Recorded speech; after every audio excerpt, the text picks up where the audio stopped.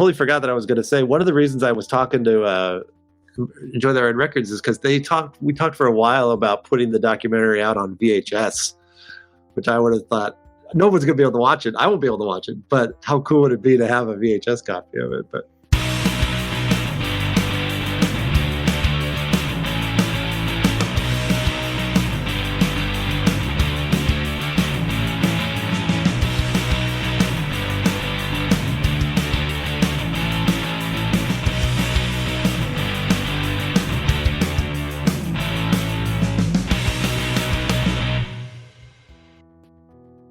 hello there, everyone, and welcome back to The Disconnected. I'm here with Jeff Smith, who is the director and producer behind Whodunit, the Clue documentary that has just recently released from ETR Media.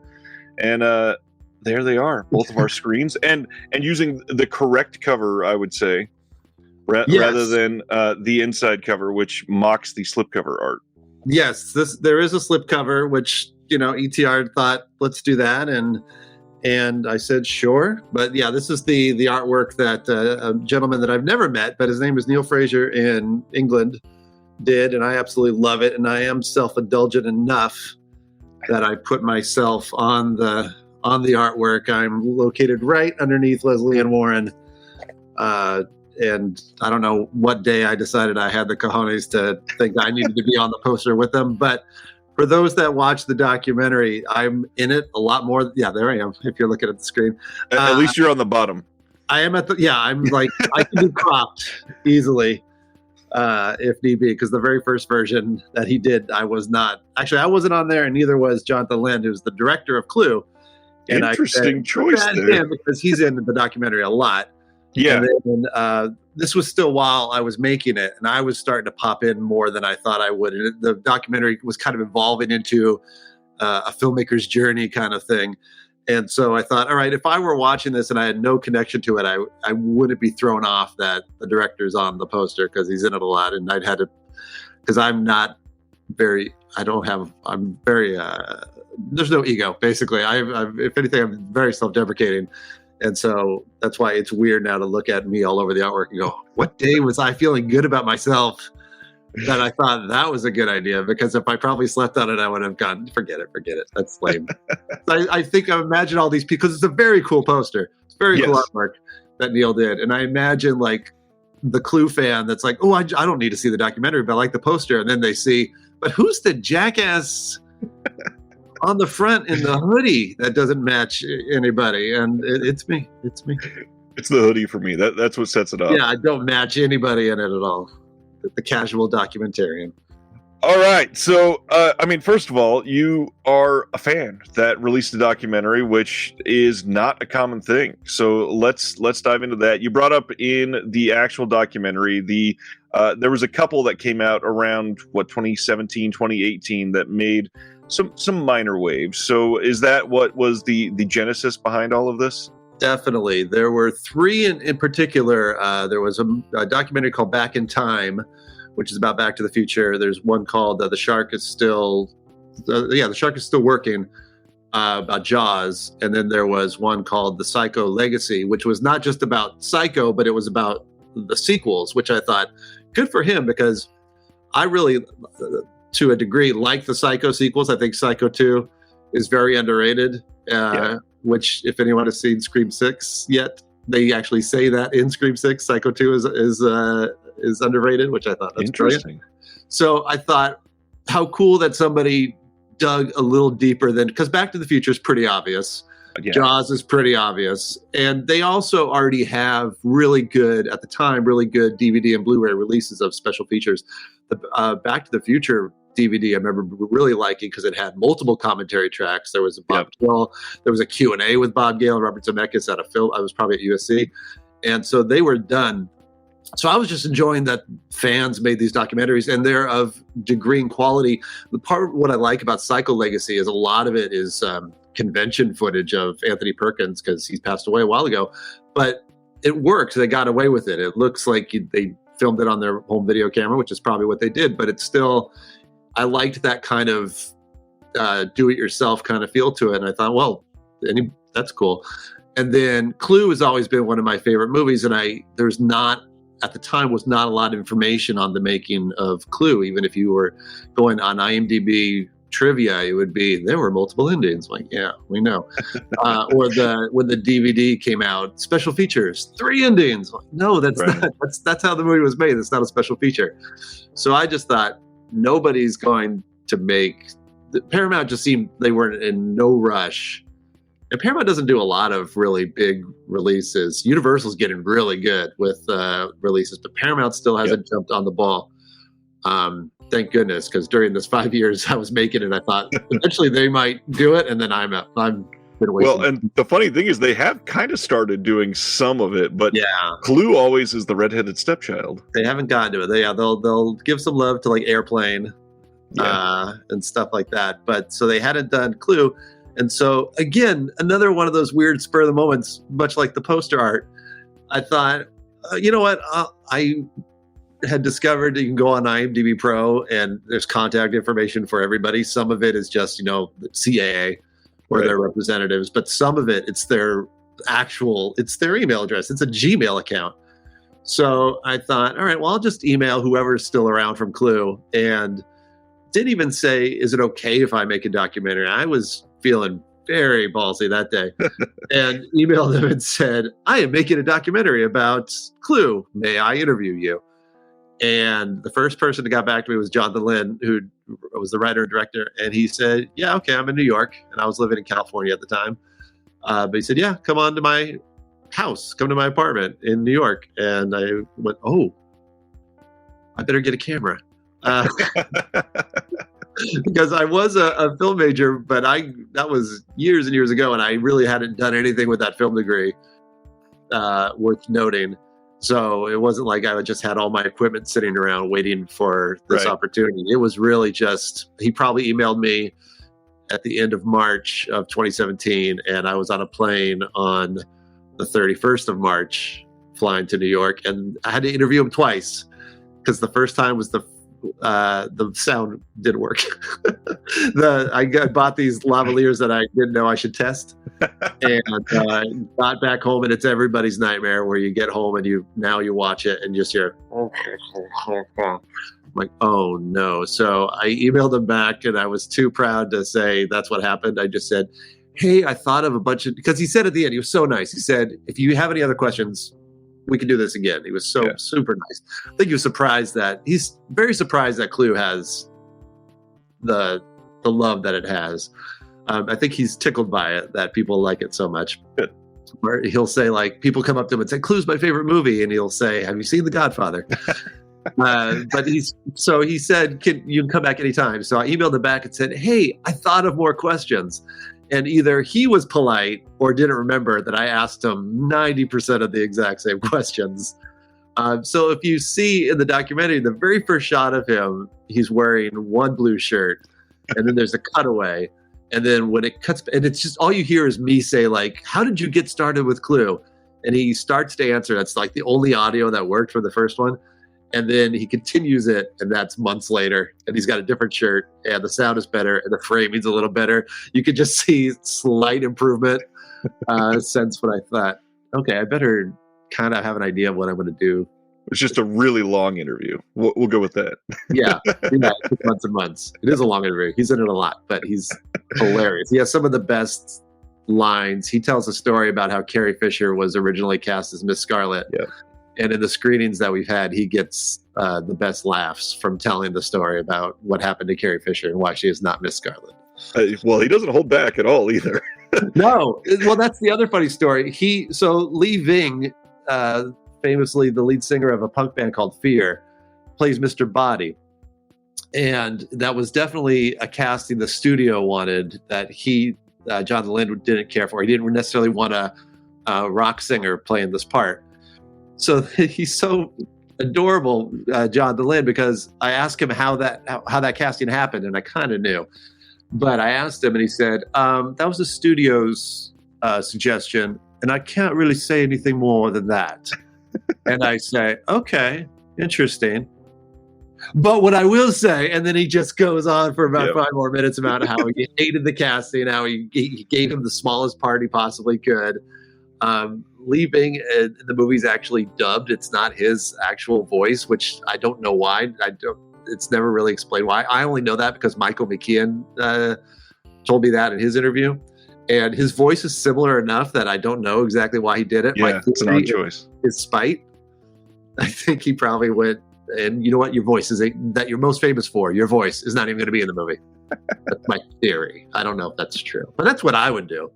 Because spite is an excellent motivator, I think. Especially in Hollywood. Oh my goodness. Yeah. When you're forced to do something. Yeah. It's just childish enough that I would do the exact same thing. So kudos, Mr. Jonathan Lynn. And it's a very punk rock move to kind of give that back. Punk rock to mess with the punk rocker. Yeah. Who, when I didn't know, I interviewed Lee Ving before I interviewed Michael McKean. So I didn't actually know. Had no idea that wasn't his voice. And he never mentioned it because if I had known, I would have brought it up. Right. But that information came later. So to me, I think there's two big things to walk away from watching this. And one, obviously, is to get inspired to go back and watch Clue 27 more times in the next couple of weeks. Because it's one of the best films of all time. But the second thing is watching this and going, well, I mean, if Jeff can do this, what do I love enough to do something like this? Yeah. So other than contacting people, like what all did it take to do something like this? Well, the contact was a big deal because I was very blessed that the director said yes first, because I think that made it easier to get the others. Not everybody participated. Christopher Lloyd is not in it, but I think it's because I don't think he remembers a lot about Clue. And I think the same thing happened with Jane Weedland, who plays the singing telegram girl from the Go-Go's. They did respond. It took a while to get Christopher Lloyd to respond, but when he did, he just said, his person said, no, thank you. But from what I've heard since then is just, they don't have a lot of memories. I mean, the singing telegram girl is not in the movie that long. But I would have been happy with sitting down with her and have her saying, I don't remember. And I would say, all right. And then that would have been it. That would have been worth setting up for an hour and then tearing down for an hour. But I think that's why they're not there. But I'm sure I got Michael McKean and Colleen Camp and Leslie Ann Warren and Jeffrey Kramer and Lee Ving and a lot of the crew, because Jonathan Lynn said yes. So getting the right person, and that was advice I got from Lee LaShawn, who was a producer on Back in Time. He was nice enough when I first started doing this. I had mentioned in an article that I think Bloody Disgusting had posted just that, hey, somebody's doing this from 2017. And I mentioned Back in Time in that. So I'm sure he has like a Google search for whenever that title comes on. And so I popped up in his email. And so he contacted me and I talked to him for like an hour and he was giving me advice on things like fair use and how to get people to show up. And his big thing was he got Bob Gale on board for Back to the Future, for Back in Time.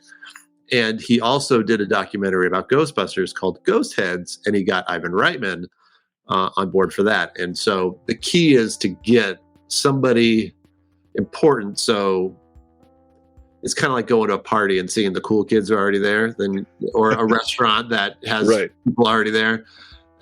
It's the hardest part is getting the first person.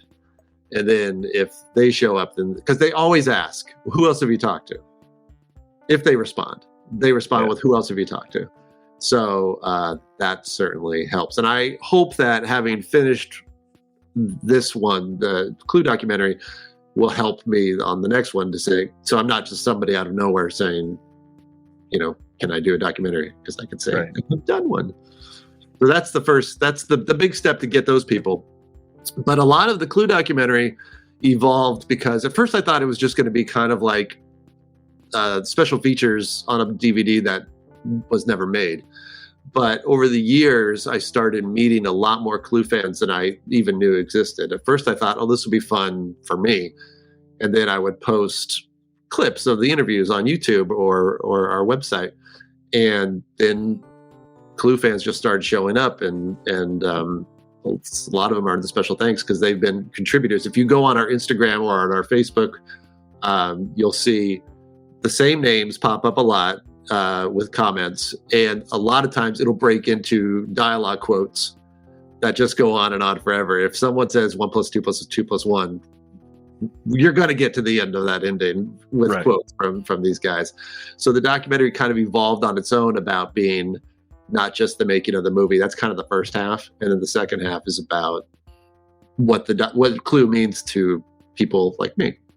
So the title is actually very appropriate, Who Done It, because it's not just who done it as far as who made the movie, it's who's made the movie live life after death.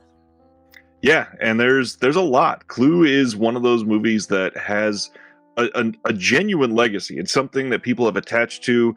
It's not necessarily in the zeitgeist every day, but if you find that right person, it is everywhere in their lives.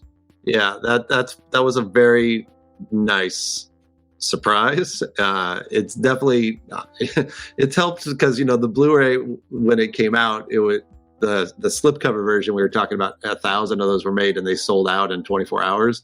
Yeah, I didn't necessarily know that many people were lurking that knew about the documentary, but I'm glad because it helps. After working on it for 5.5 years, it makes it definitely worth it, and the feedback has been nice. So I think what people respond to is they can feel the filmmaking as far as technique is not stellar. It's a lot of it is shot on my iPhone, I admit it, and I thought if I ever get a review, that'll probably be the first thing. It looks like just some guy that likes Clue made the movie.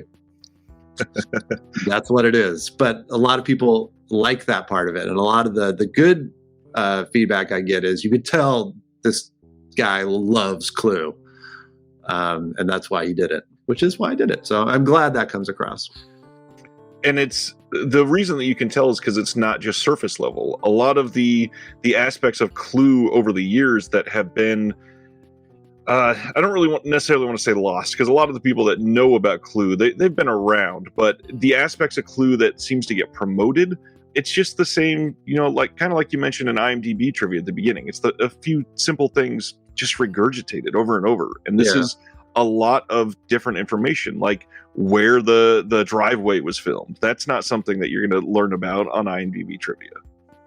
Yeah, it's true. And that's why part of the story of the documentary is also the people that made the soundtrack happen, which Paramount, again, another thing they weren't ever going to do anything with. They had, in the archives, the great John Morris score that, was never released. And it took fans in high places like La La Land Records and their company is amazing because they do release soundtracks that people my age wished had come out back in the day. So we didn't have to just put our tape recorders next to the TV and record the score from Dirty Rotten Scoundrels or what else did I have? Definitely Clue. Beetlejuice had a soundtrack, but for the most part, the ones from the 80s didn't have a lot of score soundtracks. So La La Land Records is a big company now, but also fans of that kind of stuff. And that's why I'm happy they're in the documentary as well, because it has taken fans to decide, there's no such thing as an official Clue movie t-shirt. So someone like Mike DeFrancisco decides, I'm going to make an Etsy store and I want a shirt that says Mrs. Peacock was a man. Yeah. Because no one else is going to do it. So it's fun to see how people that love this movie don't just love it in the way of, oh, that's fun, I like watching it, but they've done something with it creatively. And not only did it take fans to do it, the whole La La Land thing, that took 25 years. It's not something that was, even just a handful of years after the film released, that we have literally like an entire generation of film fans that suffered until we got good releases of some of this stuff. It's true. And now you can have, they go out of print really fast. Speaking of selling out, the CD's gone, the vinyl keeps coming out from Mondo and then Enjoy the Ride Records. It's the whole reason this documentary is released by Enjoy the Ride. They're really a record company and they've just started doing DVDs and Blu-rays. And I hooked up with them because they were releasing a vinyl it was like a year and a half ago. They were releasing the soundtrack on vinyl and I was promoting it on our stuff, our social media, after I bought mine because I knew it was going to sell out. So I ordered my vinyls and then posted, hey, Clue fans, I don't know if you know, but go get them. I totally was selfish and got mine first because that was sold out really fast that day. And then just started talking with Ross, who's the guy at Enjoy the Ride Records, who's also a fan as well. I've had Ross on the channel. It was nice to see him show up in the documentary. Yeah, no, Ross is good. So after that whole process of getting in contact with Ross and getting to know ETR, how exactly did this come about? Is there any fun parts of the process behind the actual physical side that you'd like to share? That's what we talk about all the time, as you can see behind me. Yeah, definitely. I know. I love that just to be able to hold the movie is a big deal. Freaking cool. Yeah. This it's certainly not perfect. There are some bonus features listed on here that didn't somehow make it to the Blu-ray. So let's explain that with the website. I've got it visible on the screen. There it is. So these are clips that were originally, if you read the back, it says special features. There is a documentary by another filmmaker that he made called The Evidence Found in Clue Soundtrack Featurette. I didn't have anything to do with that one, but it's on there. And then there's supposed to be additional interview footage not included in the film. And if you're looking on the screen, those are those clips. And then a podcast interview with director Jeff Smith about the film. And that also didn't make it to the Blu-ray. So a lot of people thought we were just being really cheeky with the mystery. And so I got a lot of emails going, how do I find it? How do I find it? And I hadn't really watched. I didn't get a proof or anything. I got it with everybody else. In fact, I found out it was available. I knew it was coming out, obviously, and I had seen the artwork beforehand, but I didn't get a disc beforehand. I found out it was coming out. I knew it was available for pre-order the day it came out for pre-order. Ross had emailed me, and I was at work, and he said, "Hey, it's up." And I thought, he had told me it was probably going to be in March, but this was early February. And he's like, "Hey, it's up." I'm like, "Oh, I hope it's okay." And so then I ordered it myself through the site, because that's what you have to do. If you make them, I have some that I got wholesale through the company, but I also had to buy one because that's freaking cool. Yeah. And so I got mine in the mail, even a couple of days after some people ordered it, even in the UK. Some people were sending me pictures like, "I got my Blu-ray." I'm like, "I don't have one." Good for them. And then during that time, I had a house guest living with me for a while that had camped out on the couch, so I didn't have access to the Blu-ray player. So even when it came, I wasn't, and he didn't move.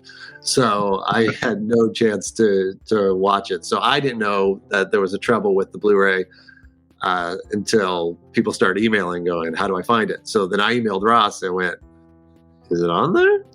And then he emailed the manufacturer and, paraphrasing, said, "Oops," and said, "What do you want to do?" And I said, "Well, I'll put them online then, I guess, because hopefully, I would imagine, since it's sold out so fast, there's a chance that they'll want to do a reprint." Yeah. So hopefully by then it'll be fixed. There is also an error in the titles. First of all, there is an error in the subtitles. If you watch it with the closed captioning, they're all over the place. The company that made them had trouble with some of the Jonathan Lynn dialogue. And I didn't bother changing any of that at all because I thought it was hilarious. So it's kind of like when you watch on YouTube clips, like you're looking at the closed captioning. What?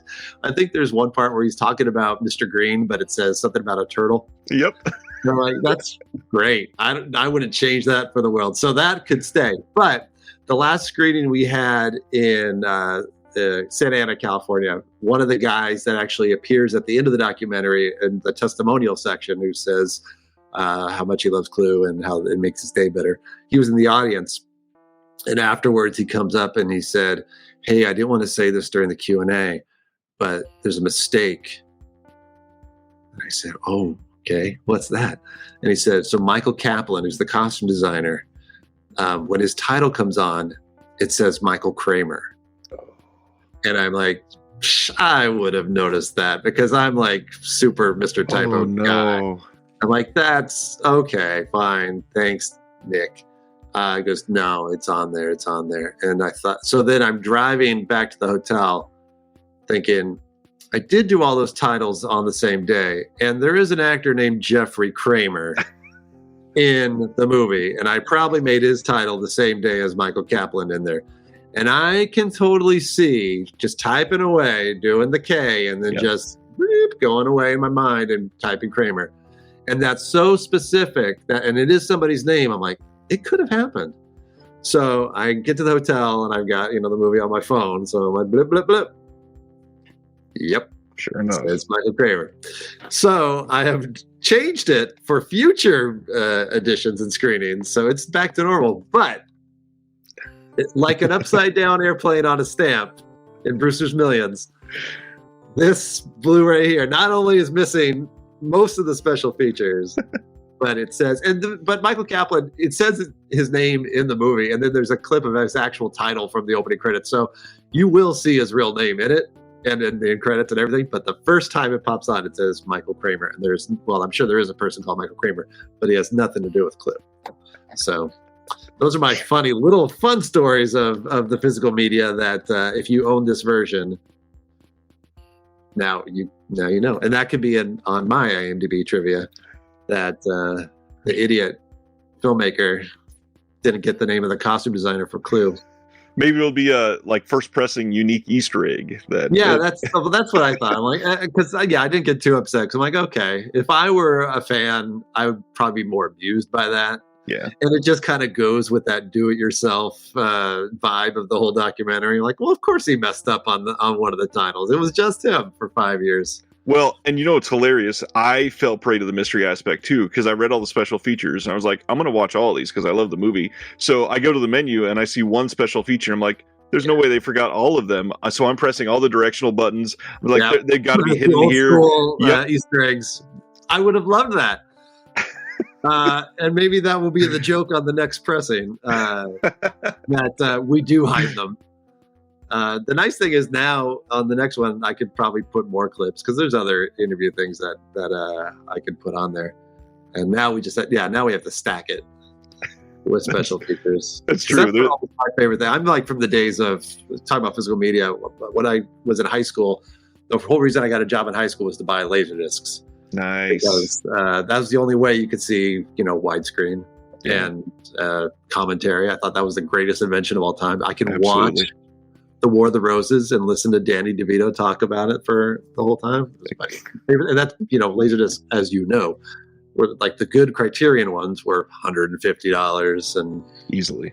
There were sales, and once a year at the store I'd go to where people would line up because it would be 40% off, and they would just walk out of there like the collectors full of, and I was one of them. Like we all walk out of Barnes & Noble nowadays with Blu-rays. Yeah, exactly.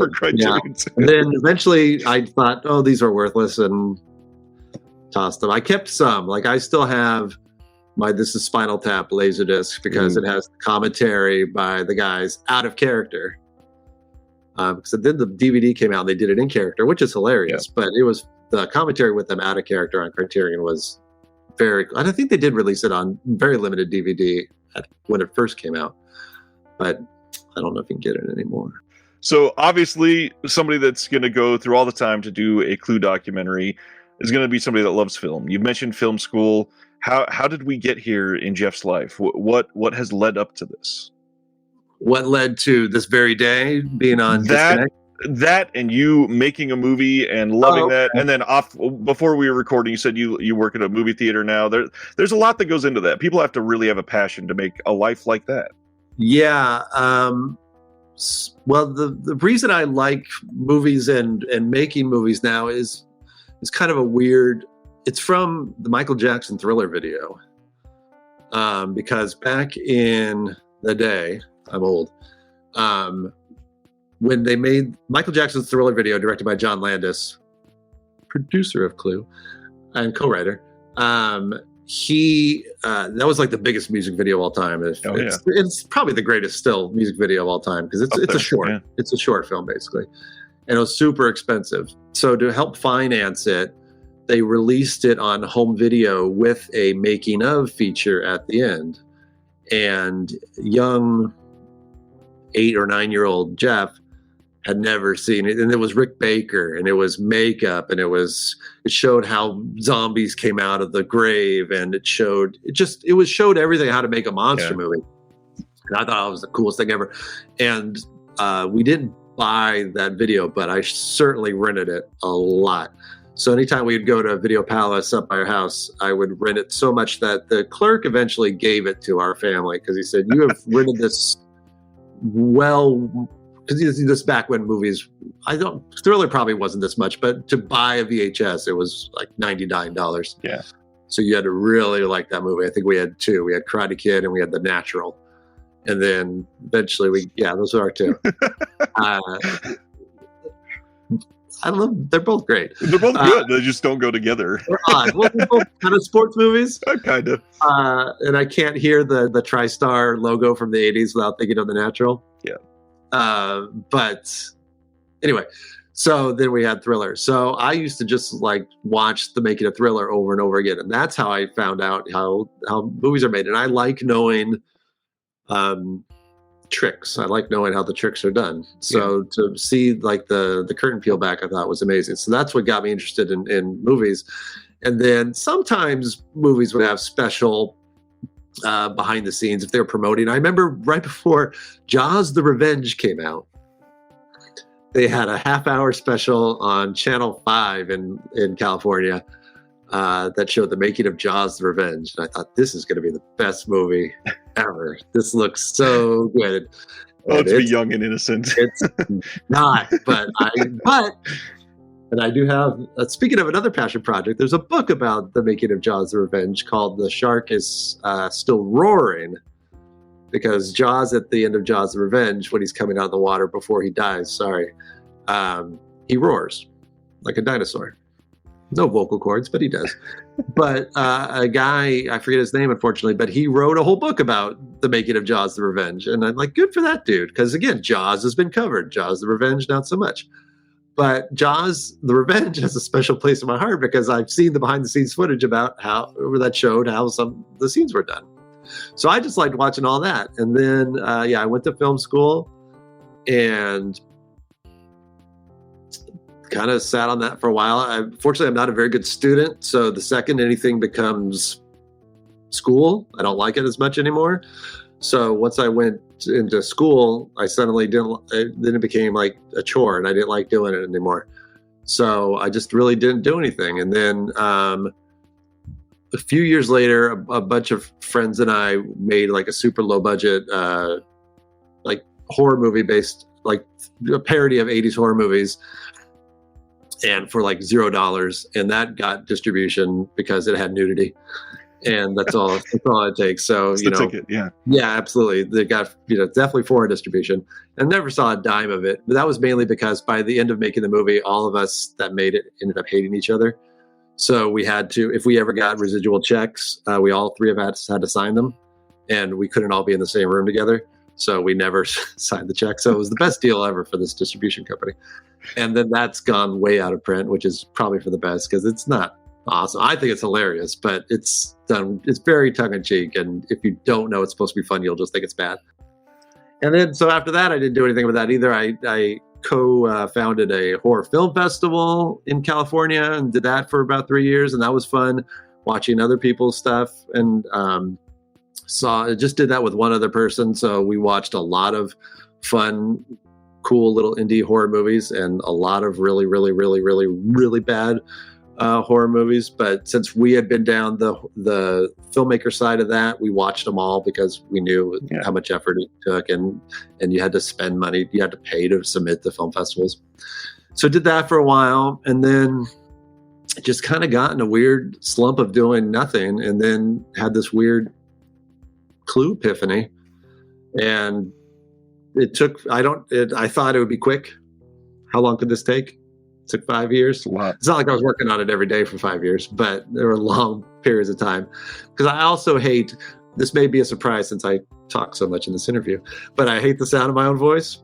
So when I'd start to watch the interview footage and hear me asking questions, the sound of me just, no, tell me about the movie. That's usually what I would do. My fiance would be in the next room. She'd hear me like making fun of myself and then like stopping the computer. I can't hear myself today.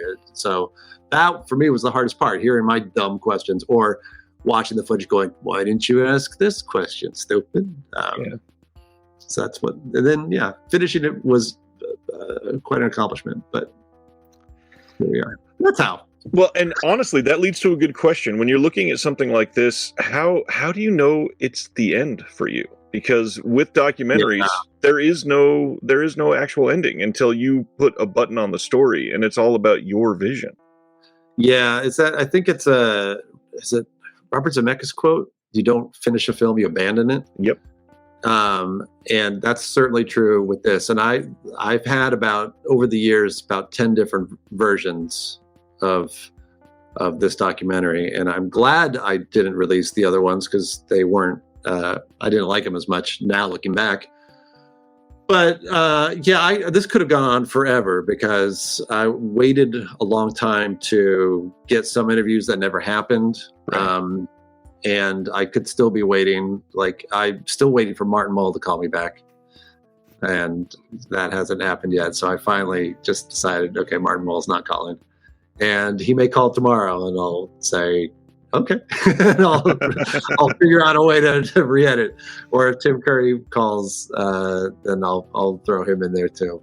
But eventually it's just enough is enough. Or you watch it and go, okay, I'm satisfied with this works. There's a story here. There's the hard part is like deciding what to cut sometimes. Right. Because they'll go on and on with great stories that just don't fit. Like Michael McKean, I think the clip's on YouTube still.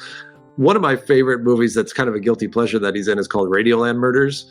And it's from the early 90s. It's produced by George Lucas. It's kind of similar to Clue, where it's a comedy based around a murder in the 30s or 40s around old radio. And Michael McKean's in it, Christopher Lloyd's in it. George Burns is in it. Huge cast.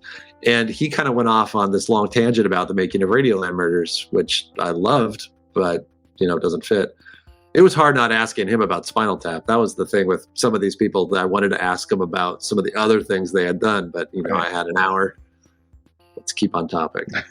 Because Michael McKean was probably the one of all of them I was most starstruck with, just because I grew up with Laverne and Shirley and love Spinal Tap.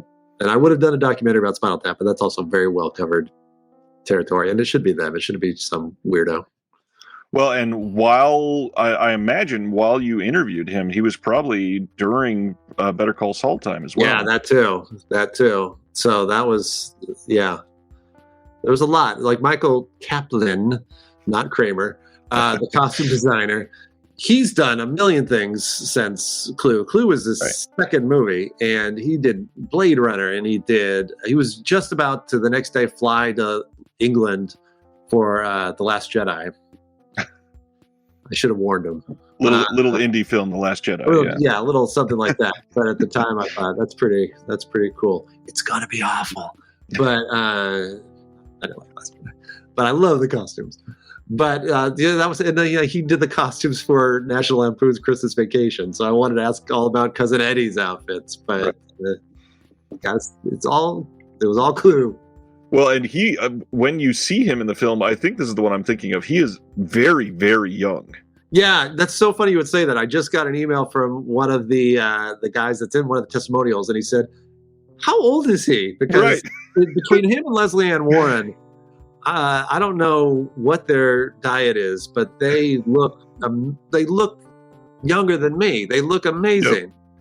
Yep. And I was definitely surprised when he walked in the door. Your dad here? I did the 1985 math. And I was like, wait, this can't be real. So let's say he's 21, maybe, like young costume designer. Fine. That's still 1985. And his skin is so smooth and his hair is perfect. And he's a good looking guy. And he's just, he's living the good life. Good. Yeah. Michael Kaplan is taking care of himself.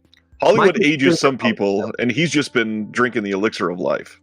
I don't know. It might be monkey's brains, popular in Cantonese cuisine, not often to be found in Washington, D.C.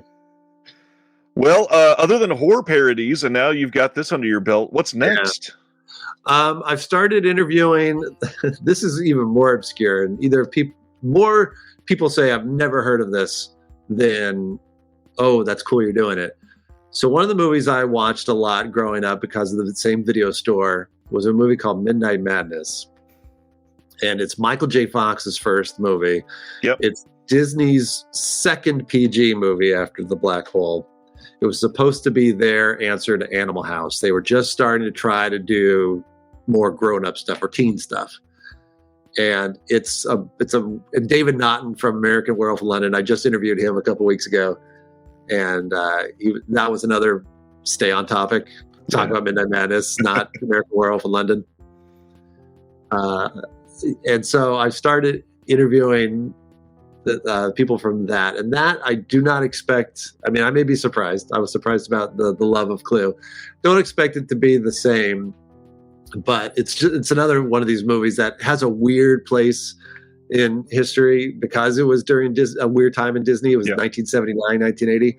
So that's kind of fascinating. I've already interviewed, there were two directors that had done a short film with a young Paula Abdul before Midnight Madness, a short musical. And they were basically given the keys to the kingdom for a while until the studio decided, oh, we're not going to promote this at all. And then it just vanished. But it is famous for being Michael J. Fox's first movie. So I'd love to get Michael J. Fox. And the first thing I'm going to ask Michael J. Fox is, what's up with your friend Christopher Lloyd? How come he didn't want to be in my documentary? So I get spiteful too. So I want to do that. I've started doing that. But also when I was watching the screening of the Clue documentary, at the very end of this, there's a really short montage. And it's during a scene where John Hatch, who's an author of a book about Clue that's about to come out in November, he has this little very well said moment where he talks about how much movies in the 80s and for our generation mean to people and how it really helped you develop, because it's before there was all the multimedia. This was pretty much it, but it was also a time when now we could finally, with home video and cable, we could start watching the movies over and over and over again. So they really made an impact on our personalities and who we became.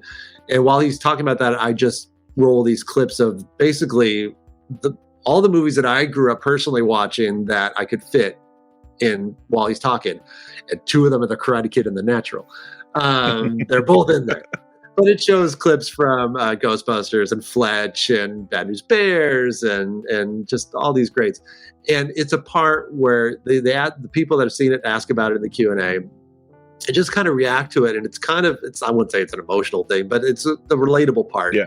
Where people go, oh yeah, that's true. That does affect me. And it affects why people have podcasts. It affects why people have conversations, can talk about a movie for 2 hours on a podcast. And I thought that it's a broad topic, but it would be interesting to kind of do what I did with Clue, but stretch it out and not just have it be about one movie, but have it be that way. I can interview one person from like Cloak and Dagger and then talk to people that love Cloak and Dagger or talk to people and just do one like that. And that could be a whole series of things. So I'll finish Midnight Madness because I've started Midnight Madness. But I think that's going to be the next thing. And then trying to find people that were in like The Lost Boys or people that were in The Burbs, or that's both Corey Feldman. But oh yeah, maybe I'll talk to Corey Feldman. I would love to talk to Corey Feldman. Actually, he's been in The Goonies and The Burbs and Lost Boys and License to Drive. He'd be prime. I mean, that would be a huge get for sure. I need to talk to you, Sea Dog. I'll follow you. I will. I'll reach out to his people. Thank you. I'll buy the album if that helps. It does sound like a good opportunity to get rid of the thoughts behind the first Michael J. Fox film for you. So I'm glad that that's getting out there, and it does have a fan base. I will say that it has come up a lot in the last couple of years, especially surrounding the topic of Disney, because they don't do hardly anything with physical media, which I talk about a lot. They don't promote a lot of the stuff that they're we'll say keeping in the vault for now. But some of those, they really had a major effect on a lot of us. And unfortunately, when it's not accessible, you don't get to share that love as much. So these type of passion projects, they really go a long way. Yeah, definitely. And sometimes the keepers of the kingdom are not the people that own the kingdom. It's the little court jesters off to the side that gather together and quote their favorite movies, for hours at a time. That's all they say is just quote, quote, quote. Even if that is the Magic Kingdom, that's for sure. That's right. Jeff, thank you so much for your time today. I hope people check this out. Again, Whodunit, the Clue documentary, is available on the Vinegar Syndrome website, and it will be available retail widely soon when they get more in. Definitely, hopefully. And then we're working on streaming. Everybody asks, when could it stream? And I would love for it to be streaming too. And there's a couple of different ways that's possibly going to happen. It's just a matter of some people are cool with fair use. Some people are nervous about fair use. So it's finding somebody a little more brave that is not scared of Paramount Pictures. Sounds like we might be seeing something on Tubi soon then. Yeah. Thanks for your time. Hopefully we can talk again someday. Thanks, Ryan. This was fun.